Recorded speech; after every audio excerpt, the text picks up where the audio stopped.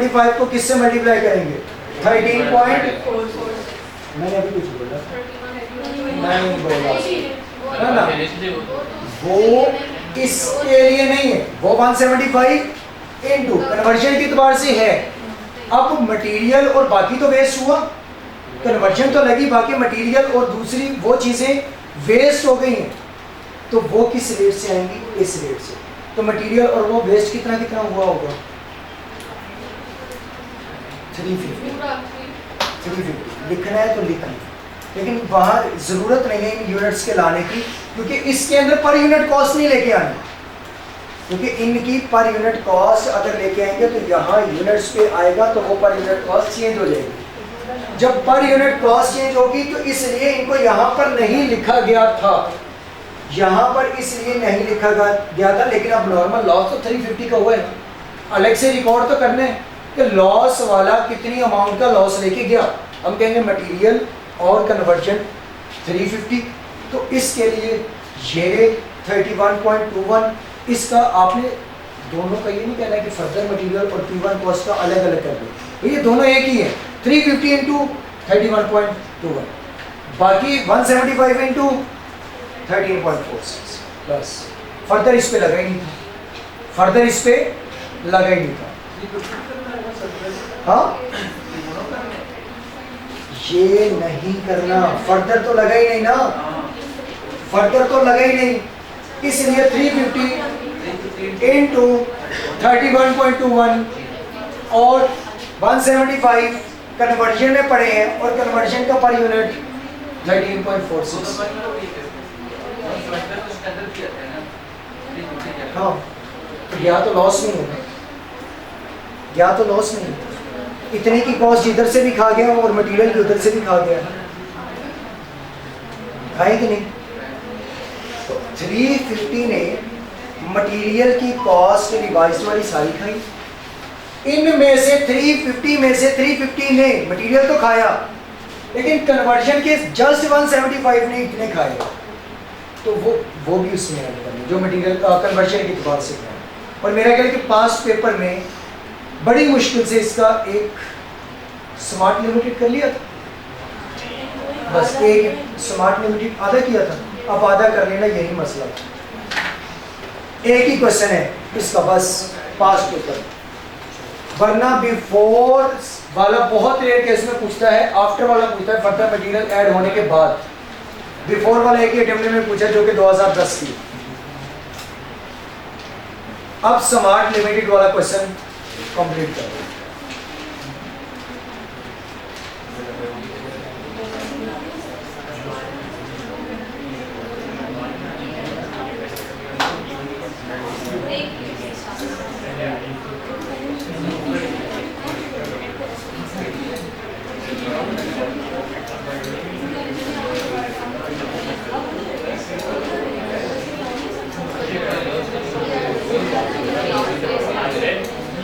जी बात करनी है हमारे पास प्रोसेस बाद में हो रही है, क्लियर है कोड में, ठीक है, उसमें जो T1 के लिहाज से वो 100% है, ठीक है।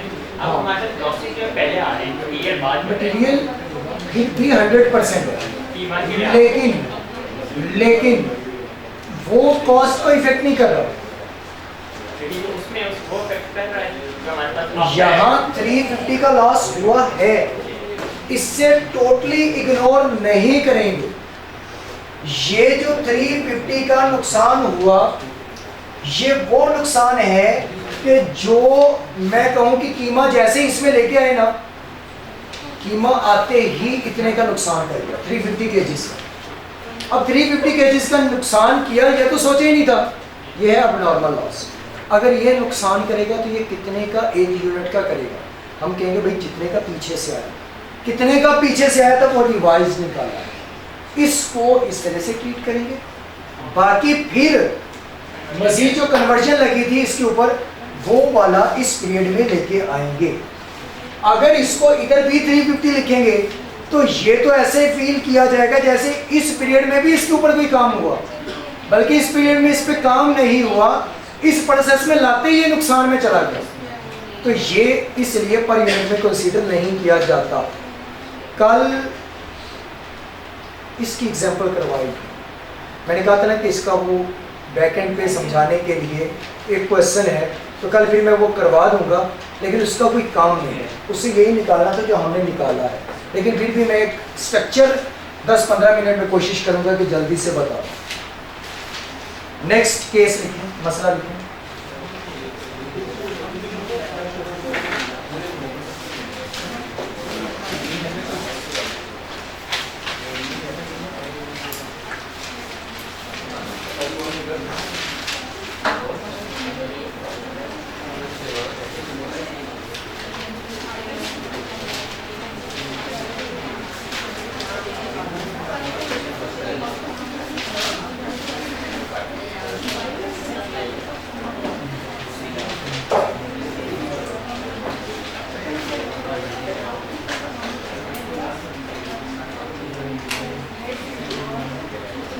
मसला नंबर 3 है पार्ट बी का,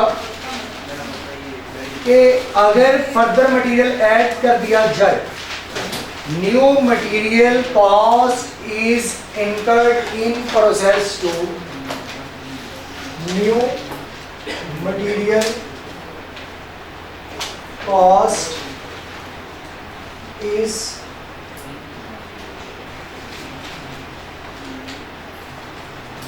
incurred in process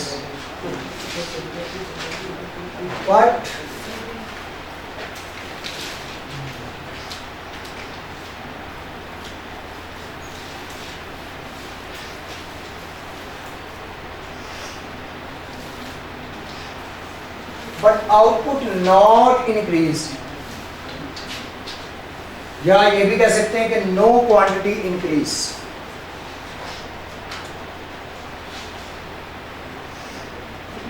मतलब कि इसके अंदर नई मटेरियल की कॉस्ट आएगी, लेकिन क्वांटिटी में कोई चेंज नहीं आएगा। ये क्या मतलब है?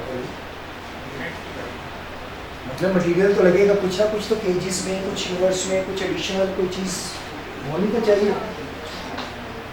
लेकिन केस नंबर 3 ऐसा सिनेरियो है, जैसे पहले में मटेरियल लगा ही नहीं, वही चीज़ें आगे बन के निकल गई। दूसरे में मटेरियल ऐड हुआ और साथ में वो कुछ केजीज भी थे, मसाले के कुछ केजीज थे जिसने आउटपुट इंक्रीज किया। या अगर हमने फ्लेवर्ड आइसक्रीम बनानी थी तो शुगर ऐड किया, उसके भी कुछ केजीज थे। या फ्लेवर्ड ऐड किया तो वो भी कुछ केजीज में था, उसकी कुछ कॉस्ट थी। लेकिन मसला नंबर 3 में फर्दर मटेरियल की कॉस्ट है, बट मटेरियल ने क्वांटिटी को इंक्रीज नहीं किया, जितनी थी उतनी की उतनी गई, जितनी आउटपुट थी उतनी की उतनी गई। तो कोई सिनेरियो माइंड में आ रहा है? हजारों सिनेरियो,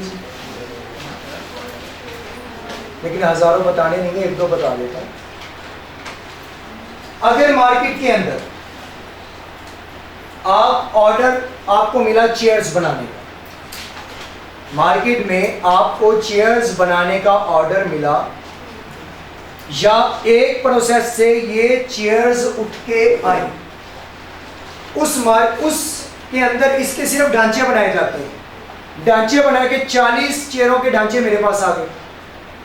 अगले प्रोसेस के अंदर उसके ऊपर हो सकता है कि फोम लगाई जाए, फोम स्क्वायर मीटर में मिलेगी, उसका रेट होगा।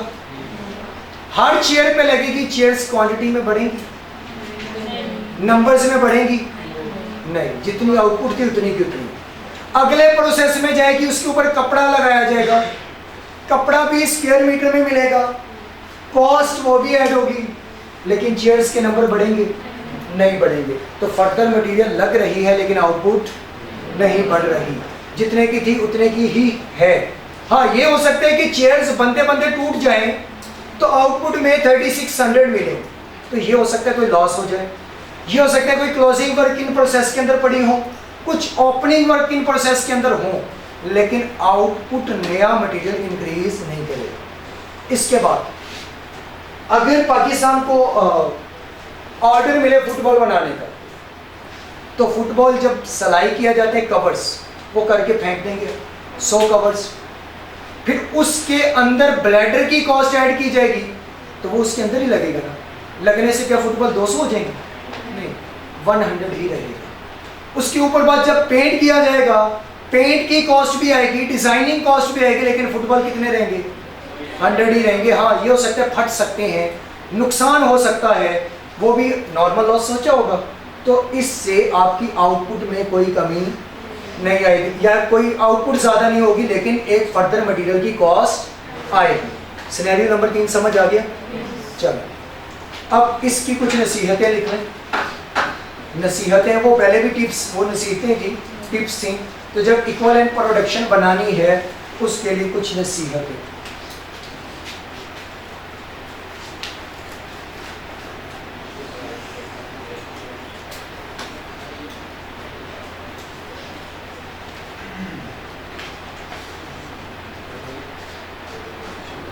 इक्विवेलेंट प्रोडक्शन यूनिट जब निकाले जाएंगे तो सबसे पहले अगर ओपनिंग वर्क इन प्रोसेस लिखेंगे तो स्टार्टेड एंड कंप्लीटिंग आएगा, और वो केस किसके लिए होगा?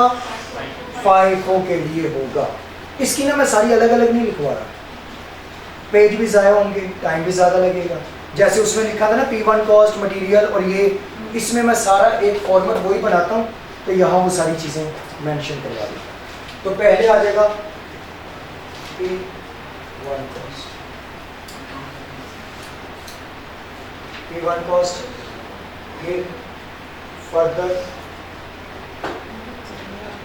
मटेरियल कॉस्ट, और फिर working cost.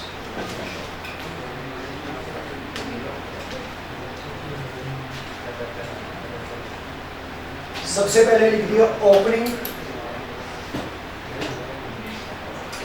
Work in process. Opening work in process के कुछ यूनिट्स भी होंगे। अगर तो यूनिट्स हैं, ओपनिंग वर्क इन प्रोसेस के यूनिट्स आ जाएंगे।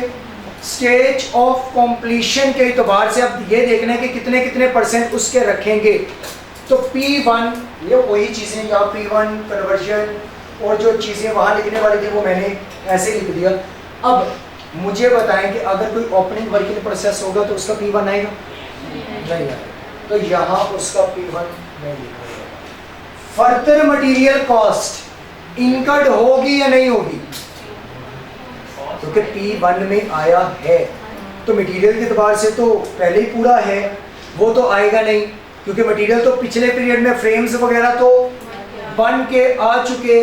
अब फॉर्म लगेगी, कपड़ा लगेगा, ये तो इसी पीरियड का काम है ना। तो फर्दर मटेरियल आएगी या नहीं? आएगी। ओपनिंग है ना, ओपनिंग वाले में ये सोचें कि ये बन के निकल चुके भी होंगे। ओपनिंग वाले आए, पहले बने, चले गए, फिर स्टार्टेड एंड कंप्लीटिंग। तो यहाँ पर ये नहीं सोचना कि कन्वर्जन के एतबार से देखेंगे, फिर उसका एडिशनल मटेरियल में देखेंगे परसेंटेज, वो तो नीचे जाके क्लोजिंग में देखेंगे ना। ओपनिंग का तो ऐसा कुछ देखा ही नहीं था, ओपनिंग वालों ने तो बनना ही था। तो यहाँ पर कन्वर्जन मटेरियल के एतबार से 100%। कन्वर्जन के एतबार से क्या होगा?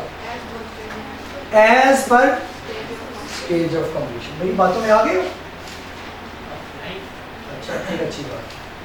Stage of completion, as per stage of completion. अब देखो, अगर तो मटेरियल, क्योंकि ये भी नहीं ना पता कि प्रोसेस में सिर्फ उस प्रोसेस में फोम ही लग रही हो, अगले प्रोसेस में उसके ऊपर शीट लग रही हो, अगले प्रोसेस में फिनिशिंग हो रही हो, फिर पेंट वगैरह हो रहा हो, तो यहाँ पर अगर स्टेज ऑफ कंप्लीशन कन्वर्जन के इतबार से ज़्यादा परसेंटेज स्टेज ऑफ कंप्लीशन की है और जो मटेरियल ऐड होता है उसकी परसेंटेज कम है, तो इसका मतलब मटेरियल लग चुका है।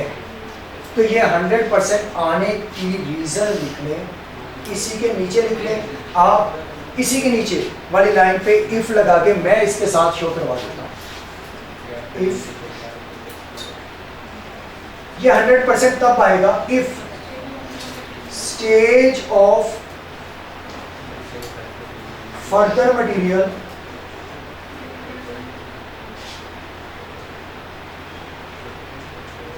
less than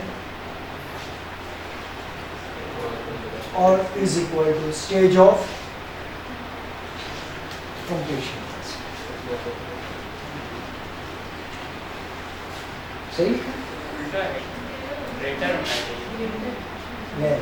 ग्रेटर है तो भी ये सिर्फ if stage of further material greater than stage of completion, अगर इसकी percentage stage of further material की ज्यादा है किससे, कंप्लीशन से, तो फिर क्या हुई होगी, ये ऐड हो चुका, ऐड होगा 100%, और अगर नहीं है तो फिर दूसरा, फिर उसके बाद स्टार्टेड एंड कंप्लीट, ये तो फिर हर लिहाज से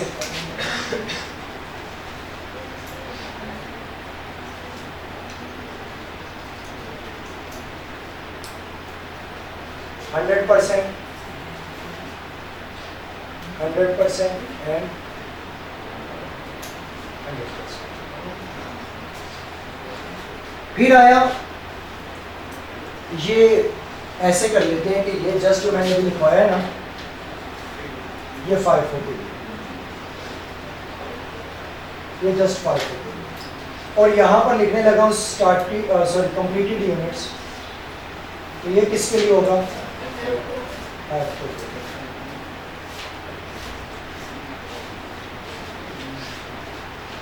तो ये भी उसके लिए भी 100% एंड